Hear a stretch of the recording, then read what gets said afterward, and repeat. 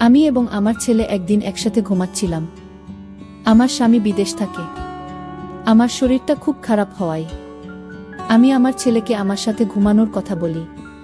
কিন্তু হঠাৎ একদিন রাতে যখন আমি ছেলের সাথে ঘুমালাম, তখন আমি অর্ধেক ঘুমের মধ্যে আছি এমন অনুভব করলাম।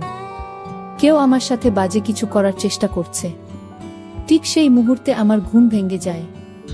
আর ঘুম ভেঙে আমি দেখলাম আমার ছেলে পাগলের মতো কি যেন করতে চাইছে। আর তা দেখে তো আমার মাথায় আগুন ধরে গেল। বন্ধুরা, আমার ছেলে কি করেছিল সেদিন রাতে যা দেখে আমার পুরো মাথায় নষ্ট হয়ে গিয়েছিল। জানতে হলে পুরো গল্পটি শুনতে হবে। তাহলে চলুন বন্ধুরা, গল্পটি শুরু করি। গল্পটি শুরু করার আগে বন্ধুরা, তোমাদের নিকট আমার বিশেষ অনুরোধ, দয়া করে তোমরা আমার চ্যানেলটি সাবস্ক্রাইব করে আমাকে সাপোর্ট করবা। আমি পূর্ণিমা।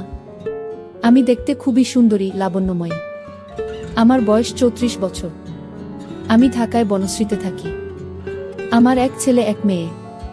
মেয়ের বয়স 12 আর ছেলের বয়স 16। আমার বিয়ে হয়েছে এক প্রবাসী স্বামীর কাছে। বিয়ের কিছুদিন পর আমার স্বামী বিদেশে প্রবাসে চলে যায়। তারপর থেকে আমাকে অনেক কষ্ট করতে হয়েছে। একটি ছোট্ট ছেলেকে নিয়ে আমার খুব কষ্টে দিন কাটছিল। দেখতে দেখতে আমার ছেলে এবং মেয়ে উভয়ই বড় হয়ে গেল। বর্তমানে আমার ছেলের বয়স 16 আর মেয়ের বয়স 12। দুই ছেলে মেয়ে নিয়ে খুব সুখের সংসার আমার। তারা দুজনেই পড়ালেখায় ব্যস্ত। কিন্তু মনের মধ্যে একটাই কষ্ট আমার। বিয়ের পরে প্রায় বেশিরভাগ দিনেই আমি স্বামী ছাড়া থাকতে হয়েছে। বলতে পারেন আমি খুব একটা বেশি স্বামীর আদর পাই নাই। কারণ সে বিদেশ থেকে মাঝে মধ্যে ছুটিতে আসতো আর অল্প কিছুদিন থেকে চলে যেত। তারপর আবার 5 বছর পর 3 থেকে 4 মাসের ছুটি নিয়ে আসতো। তারপর আবার চলে যেত। তাতে আমার কিছু হতো না। মনের কষ্ট মনেরই রয়ে যেত, বরং আরো আগুন জ্বালাইয়া তুইয়ে চলে যাইত। তারপর কিছু দিন শুধু কালিচট করতাম। এইভাবেই চলতো আমার জীবন। তাই বলছি বন্ধুরা, স্বামীর আদর আমার জীবনে খুব কমই পাইতাম। কিন্তু আমার কি ভাগ্য বন্ধুরা, সেই স্বামীর আদর, সোহাগ, মায়া, মমতা সব দিয়ে ভরিয়ে দিয়েছিল আমার ছেলে অনিল। আমি কখনো কল্পনাই করতে পারি নাই যে আমার ছেলে অনিল আমাকে এত সুখ দিবে। বন্ধুরা, আমার ছেলে অনিল, সে ক্লাস এসএসসিতে পড়তেছে। দেখতে খুব সুন্দর শান্ত, আমার মতোই হয়েছে। আমার ছেলেও হ্যান্ডসাম, অনেক স্মার্ট। যে কোনো মেয়ে দেখলেই আমার ছেলের প্রেমে পড়ে যায়। আমি আমার ছেলের প্রতি অনেক যত্ন নিতাম, মানে অনেক ভালোবাসতাম আমার ছেলেকে। সবসময় আমার ছেলের সাথে আমি ফ্রি থাকার চেষ্টা করতাম। আমার ছেলের সাথে আমি বন্ধুর মতো সব সময় আচরণ করতাম। বন্ধুরা, একদিন রাতের ঘটনা। আমার ছেলে ওয়াশরুমে গিয়েছিল। ওয়াশরুম থেকে বের হতে একটু দেরি হচ্ছিল। হঠাৎ করে আমার ছেলের মোবাইলে একটি মেসেজ চলে আসলো। মেসেজটি দেখে আমি খুব হিমশিম খেয়ে গেলাম। মেসেজটা খুব বিশ্রী ভাষায় লেখা ছিল। তবে বন্ধুরা, এইটুকু বুঝতে পারছি যে মেয়েটি আমার ছেলেকে মেসেজটা দিয়েছে, সে নিশ্চয় আমার ছেলের খুব পরিচিত এবং সে আর আমার ছেলের মধ্যে নিশ্চয় খারাপ কোনো সম্পর্ক আছে। প্রকৃতপক্ষে মেসেজটি দেখে আমার মন খারাপ হয়ে গেল। মেসেজটি দেখে আমি মনে মনে ভাবলাম, কে এই মেয়ে? তাহলে কি আমার ছেলে এই মেয়ের সাথে সম্পর্কে জড়িয়ে গেল? আমার ছেলে কি তাহলে নষ্ট হয়ে গেল? যদি তাদের মধ্যে এরকম ধরনের সম্পর্ক নাই থাকে, তাহলে কেনই বা এই মেয়েটি এরকম বিশ্রী মেসেজ দিবে? মেসেজটি দেখে আমার মনটা খারাপ হয়ে গেল। মনে মনে ভাবলাম, তাহলে আমার ছেলেকে কি আমি জিজ্ঞেস করব মেয়েটিকে? কিছুক্ষণ ভেবে তারপর ভাবলাম, যদি আমি আমার ছেলেকে জিজ্ঞেস করি, তাহলে সে হয়তো কষ্ট পাবে না। আমাকে বিকল্প চিন্তা ভাবনা করতে হবে। যেভাবেই হোক এই মেয়ের কাছ থেকে আমার ছেলেকে বাঁচাতে হবে। তা না হলে আমার ছেলের পড়ালেখা সহ আমার ছেলের ভবিষ্যৎ একেবারেই শেষ। পরের দিন আমার ছেলে স্কুলে যাবে। ছেলের পেছন পেছন আমিও গেলাম। কিন্তু আমার ছেলেকে বুঝতে দিলাম না যে আমি তাকে ফলো করছি। স্কুলে যাওয়ার কথা বলে আমার ছেলে দেখলাম স্কুলে না গিয়ে সে অন্যদিকে যাচ্ছে। আমি ওর পিছন পিছন ছুটলাম। কিছুক্ষণ যাওয়ার পর দেখলাম একটা মেয়ে আমার ছেলের জন্য দাঁড়িয়ে রয়েছে। আমার ছেলেও তার কাছে চলে গেল এবং তারা সেখান থেকে অন্য কোনো এক জায়গা চলে যাচ্ছে। আমি তাদের পিছন পিছন গেলাম। যাওয়ার পর দেখলাম তারা এমন এক জায়গায় গেল যেখানে মানুষ সচরাচর যায় না, একেবারে নির্জন জায়গা। খুব কম মানুষই সেখানে যায়। আমার আর বুঝতে বাকি রইল না, আমার ছেলে নষ্ট পথে চলে যাচ্ছে, যে পথ মোটেও তার ভবিষ্যতের জন্য ভালো না। তারপরেও তারা সেই নির্জন জায়গায় কি করে তা জানার জন্য এবং তা নিজের চোখে দেখার জন্য চুপি চুপি সেখানে গেলাম। আমি দেখতে পেলাম তারা জঙ্গলে একটি খুঁড়ে ঘরের ভিতরে প্রবেশ করছে, তাও আবার ভাঙ্গা, মনে হচ্ছে অনেক দিনের পুরনো। চোখের পলকেই তারা দুজন সেখানে ঢুকে গেল। আমিও চুপি চুপি তাদের পিছনে গেলাম। ভাবলাম আজকে তাদেরকে হাতে নাতে ধরবা। তারা ঘরে প্রবেশ করার পর আমি চুপি চুপি করে সেই ঘরের জানালার পাশে গেলাম। তারপর আমি সেই খুঁড়ে ঘরের জানালার পাশ দিকে একটু উকি দিলাম। জানালা দিয়ে উকি দিতেই যা দেখলাম তাকে আমার দু চোখ মুজে গেল। অনেক কষ্ট করে তাকালাম, দেখলাম আমার ছেলে এবং সেই মেয়েটার কি রোমান্টিক দৃশ্য। মনে হচ্ছে তারা যেন নতুন কোনো দুনিয়ায় হারিয়ে গেছে। তারপরেও আমি কিছুক্ষণ তাদের দৃশ্য দেখলাম, সেই সাথে আমার চোখ চলে গেল আমার ছেলেই সেই ইন্টারেস্টিং জায়গায়। আমার ছেলেরটা দেখে তো আমি পুরাই অবাক। ছেলেরটা এত নাদজ নুদুজ হলো কি করে? দৃশ্যটা দেখার পর ভাবলাম, এখন আমি আমার ছেলে আর এই মেয়েটাকে হাতে নাতে ধরব। কিন্তু আমার মনের মধ্যে বাধা পড়ে যায় যে এই মুহূর্তে যদি আমি তাদের ধরতে যাই তাহলে দুর্ঘটনা পড়ে যেতে পারি। দৃষ্টি কিছুক্ষণ দেখার পর আমি তাদেরকে সেখানে কিছু না বলে বাসায় চলে আসলাম। তবে দৃশ্যটি দেখার পর বারবার তাদের সুন্দর দৃশ্য চোখের মধ্যে ভাসতেছে। আমি খুব চিন্তায় পড়ে গেলাম। মনে মনে ভাবতে লাগলাম কি করা যায়। আর এইসব যদি তার বাবা শোনে তাহলে আমার সাথে অনেক ঝগড়া করবে, রাগারাগি করবে এবং কি আমাকে মারধরও করতে পারে। ছেলেকে এইসব কারাপি থেকে রক্ষা করার দায়িত্ব আমার। ছেলের এইসব দেখে মনে মনে সিদ্ধান্ত নিলাম, আজকে ছেলে বাসায় ফিরলে একটা ব্যবস্থা করব। মনে মনে এও ভাবতে লাগলাম কি ব্যবস্থা করব, কি করা যায়। এসব বিষয় তো আবার কারো কাছে শেয়ার করা যায় না। অনেকক্ষণ ভাবতে ভাবতে মাথায় একটা আইডিয়া এলো, আর এই আইডিয়াটাকেই কাজে লাগানোর চেষ্টা করলাম।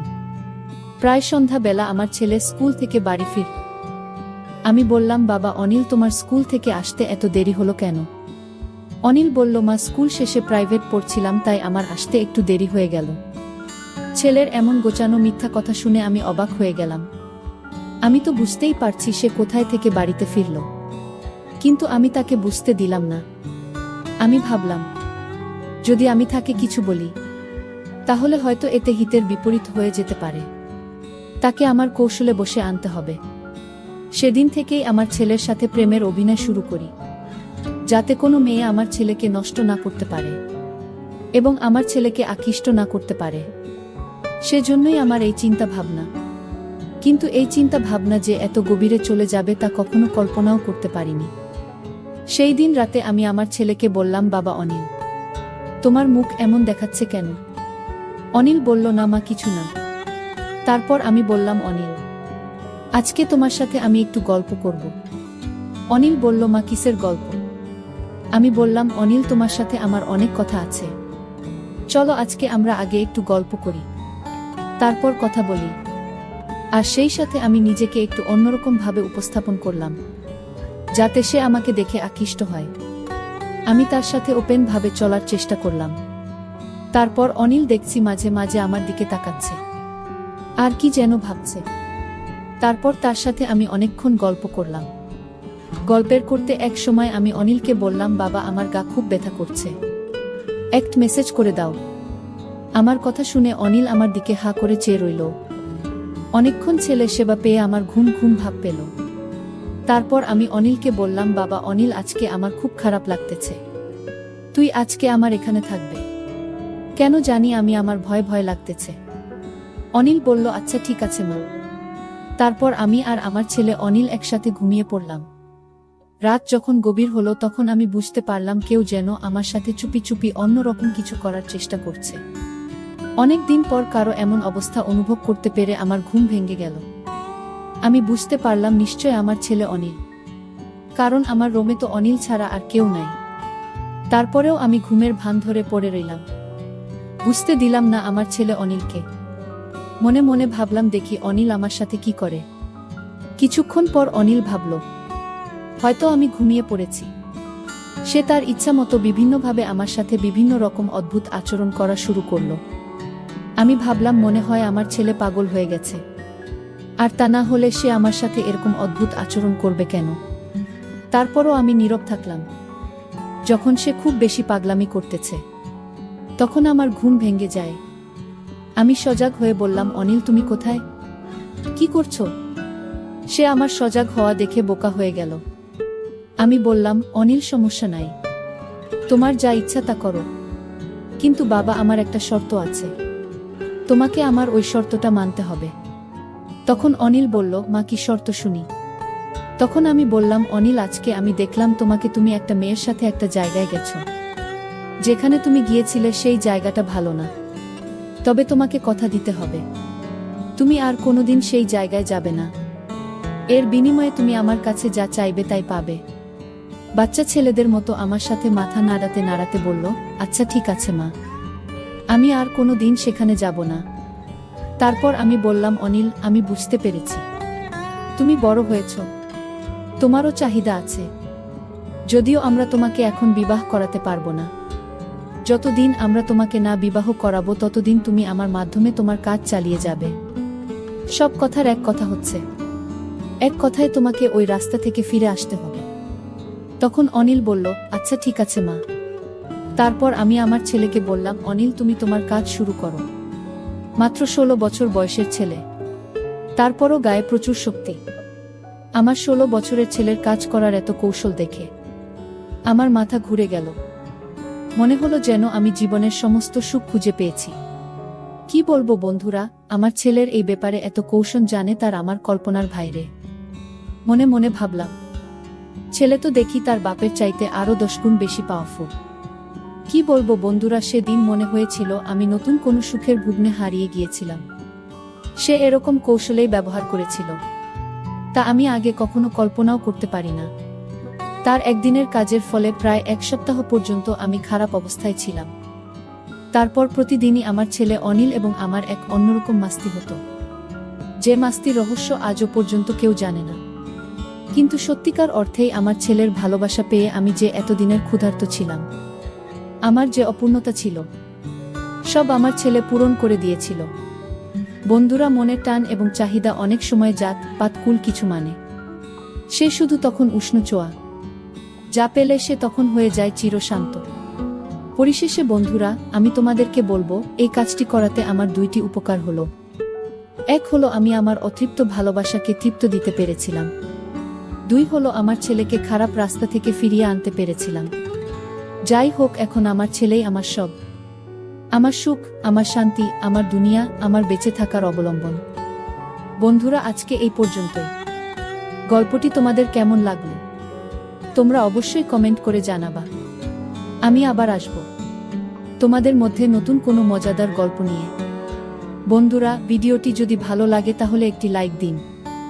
আর তোমরা যদি এইরকম ধরনের ইন্টারেস্টিং ভিডিও পেতে চাও, তাহলে দয়া করে আমার চ্যানেলটি সাবস্ক্রাইব করো। পরিশেষে তোমাদের সকলের সুস্বাস্থ্য কামনা করি। জন্য তোমাদের সকলকে অসংখ্য ধন্যবাদ। তখন সিয়াম বলল, আমার জন্য তুমি শুধু শুধু জেগে থাকবে কেন? কাল থেকে আমি পড়ার ঘরটাই ঘুমাবো, আর নানা নানিকে যখন খাবার দাও তখন আমাকেও ডাক দিও, ওই সময় আমিও খেয়ে নেব। আমি বললাম, সন্ধ্যা রাতে খেয়ে নিলে রাত জেগে পড়তে পড়তে ক্ষুধা লাগবে যখন, তখন কি খাবে? আর তাছাড়া এত বড় ঘর থাকতে তুমি ওই ঘরে ঘুমাবে কেন? আমি কি কখনো বলেছি তোমার জন্য আমার সমস্যা হচ্ছে? তুমি কি বাহিরের কেউ? তুমি তো আমাদের নিজেদের মানুষ, তোমার জন্য এইটুকু করতে পারবো না? সিয়াম বলল, ঠিক আছে মামি, অনেক রাত হয়েছে।